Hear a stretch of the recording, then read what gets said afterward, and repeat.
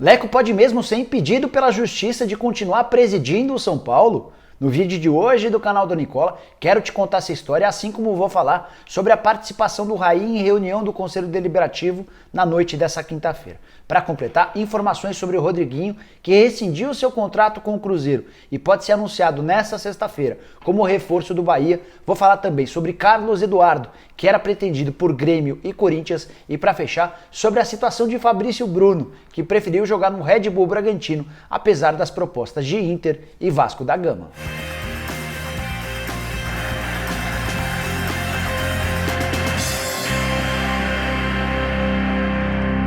Fala aí pessoal, sou Jorge Nicola, bem-vindo a mais um vídeo do meu canal e hoje não tem pedido nenhum, exceto para que você assista o vídeo até o fim e se curtir, deixa um like aqui, beleza? Bom, quero começar esse vídeo falando sobre Fabrício Bruno, mais novo zagueiro do Red Bull Bragantino. Essa nem é novidade, é possível até que você já saiba dessa história. O que eu quero te contar é que antes de dizer sim ao Red Bull Bragantino, o Fabrício Bruno, ex-jogador do Cruzeiro, decidiu recusar propostas de Vasco da Gama e Internacional. Quem diria alguns anos atrás que um jogador optaria por defender o Bragantino em Bragança Paulista, tendo a possibilidade de jogar por clubes grandes, Vasco e Inter.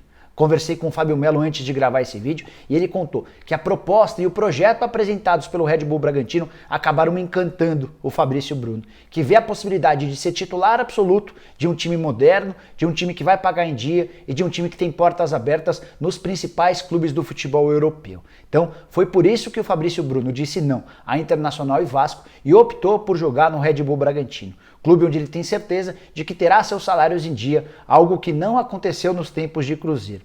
Só para lembrar, Fabrício Bruno chegou aí à justiça contra o Cruzeiro, mas no final das contas acabou se acertando. Inclusive ele abriu mão de uma ação na justiça de 4,5 milhões de reais contra o Cruzeiro para se acertar. E digo mais, para que o martelo fosse batido e a rescisão acertada, ele ainda pagou 500 mil reais ao Cruzeiro e assinou o contrato com o Red Bull Bragantino com duração de 1 ano, renovável por mais um.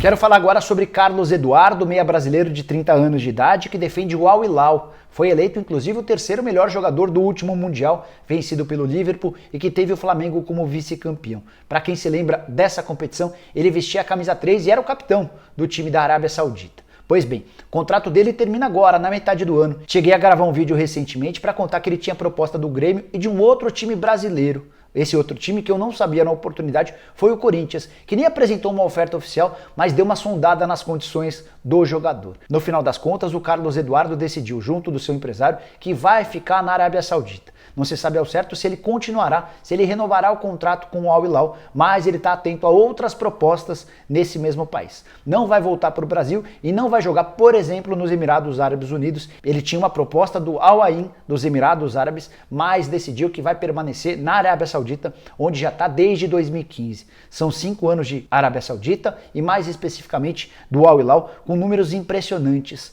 Em 139 partidas, 79 gols marcados e 21 assistências, além de 7 títulos conquistados, um deles a Champions Asiática. O moral dele lá é tão grande, mas tão grande, que toda vez que ele sai na rua, ele não para de receber presentes, e dos mais variados. Já recebeu relógio, já recebeu iPhone de ouro, teve até um presente no mínimo esquisito. Uma vez ele recebeu um filhote de leão, e é óbvio que ele acabou devolvendo o presente para o dono, afinal de contas, o que ele ia fazer com um filhote de leão? Quero falar agora sobre Rodriguinho, que nessa quinta-feira acertou a rescisão de seu contrato com o Cruzeiro. Boa notícia para o torcedor da Raposa, afinal de contas, somente com os salários o Cruzeiro vai economizar cerca de 20 milhões de reais. É que o contrato do Rodriguinho só terminaria em dezembro do ano que vem e ele ganha mais ou menos 800 mil reais por mês. Se a gente multiplicar esse valor pelo número de meses que teria até o fim do contrato, incluindo o 13º e férias, a gente chegaria a esse número de 20 milhões de reais. Rodriguinho permitiu ainda que o Cruzeiro ficasse com 20% do valor de uma venda futura. Mas é importante dizer que o Cruzeiro não vai pagar o Pirâmides pela compra do jogador. Lá atrás, quando comprou do time egípcio, o Cruzeiro combinou de pagar 7 milhões de dólares divididos em 7 parcelas, cada uma de 1 milhão de dólares. O problema é que o Cruzeiro só pagou a primeira parcela, ainda restam outras 6. Hoje o clube não tem a menor capacidade financeira para fazer esse pagamento e já deixou bem claro que essa conta não será paga. O óbvio é que o Pirâmides vá à FIFA e se torne mais um clube a processar o Cruzeiro. Cruzeiro que pode ter problemas sérios com essas questões lá na frente. Bom, com o Rodriguinho livre, o mais natural é que nessa sexta-feira ele seja anunciado como novo reforço do Bahia. Conversei com o presidente do Bahia, o Guilherme Belintani, pouco antes de gravar esse vídeo. O Belintani falou que já existe uma conversa entre Bahia e Rodriguinho, mas que essa conversa não evoluiria enquanto o Rodriguinho continuasse vinculado ao Cruzeiro. O Bahia não queria pagar absolutamente nada ao Cruzeiro, porque só teria interesse no jogador se ele tivesse livre, algo que aconteceu, e a partir de agora deve haver uma reunião, um contato por telefone para tentar confirmar tudo aquilo que havia sido acertado nos últimos dias para que o Rodriguinho se torne reforço do tricolor baiano. Condições do negócio: o Rodriguinho deve assinar por 2 temporadas e vai ter salário na casa de 300 mil reais por mês. É bem verdade que haverá alguns bônus que poderão elevar essa grana para algo na casa dos 400, talvez 450 mil, se ele atingir todos os bônus. Nessa quinta-feira chegou a circular a notícia de que o Internacional teria interesse no Rodriguinho e estaria disposto a gastar até 420 mil reais por mês de salário para contratar o jogador. Conversei com o Rodrigo Caetano, que é o diretor executivo de futebol do Colorado, e ele assegurou que não faz parte dos planos do Internacional a contratação de um meia. Então, nem o Rodriguinho, nem qualquer outro jogador dessa posição será contratado. O Inter tem como objetivo, nesse momento, a chegada de um atacante.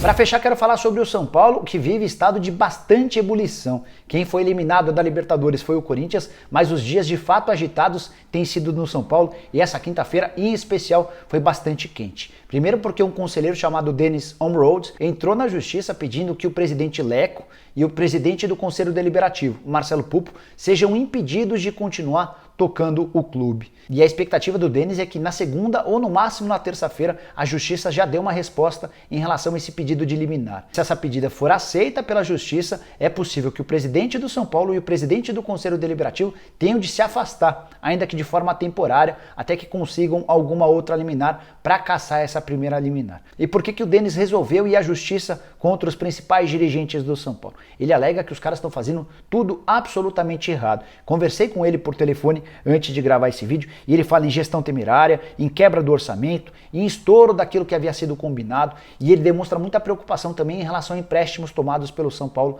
recentemente. Como é que essa história vai terminar? Levando em consideração que a eleição para presidente do São Paulo no fim desse ano, duvido que essa história vá adiante, duvido que o Leco seja impedido de continuar como presidente, pelo menos até dezembro. De qualquer maneira, é a oposição do São Paulo se mobilizando para fazer barulho, para incomodar o presidente Leco nos últimos meses de sua gestão.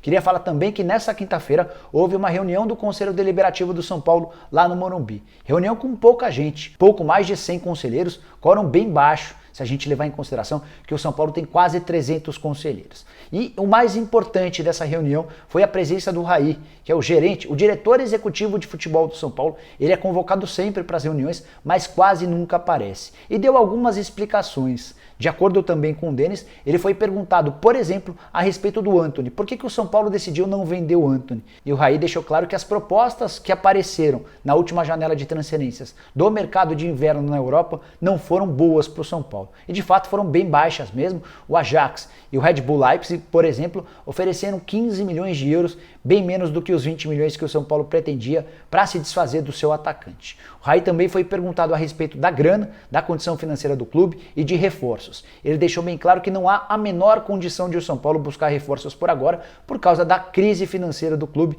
que tem atrasado os salários. Também perguntaram a ele quando é que os salários de direitos de imagem e na carteira serão pagos aos jogadores, e a expectativa do Raí é de que sejam pagos ainda nessa semana, talvez nessa sexta-feira, ou no máximo na semana que vem. É essa promessa feita pela diretoria aos jogadores do São Paulo. Vale lembrar que o salário em carteira venceu na última sexta-feira, ou seja, uma semana atrás, e até agora, por conta da dificuldade financeira, o tricolor não conseguiu fazer esse pagamento.